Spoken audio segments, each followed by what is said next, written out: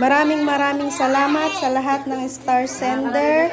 Dahil sa inyo, nagawa ko ang isa sa ipinangako ko na kapag kumita ako sa stars, ipapamigay ko sa mga bata sa amin. 1 star man yan, 10 stars o malaking stars, ay sobrang napakalaking tulong para makaipon at makuha kay Facebook. Maraming salamat din sa lahat ng friends and followers na sumusuporta at nakikipag-engage sa aking video. Especially sa nagsishare ng video ko ng buong puso at natutuwa sa mga pinaggagawa ko.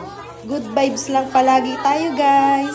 Salamat sa iyo, Maylene, sa laging pagsuporta at pag-send ng star.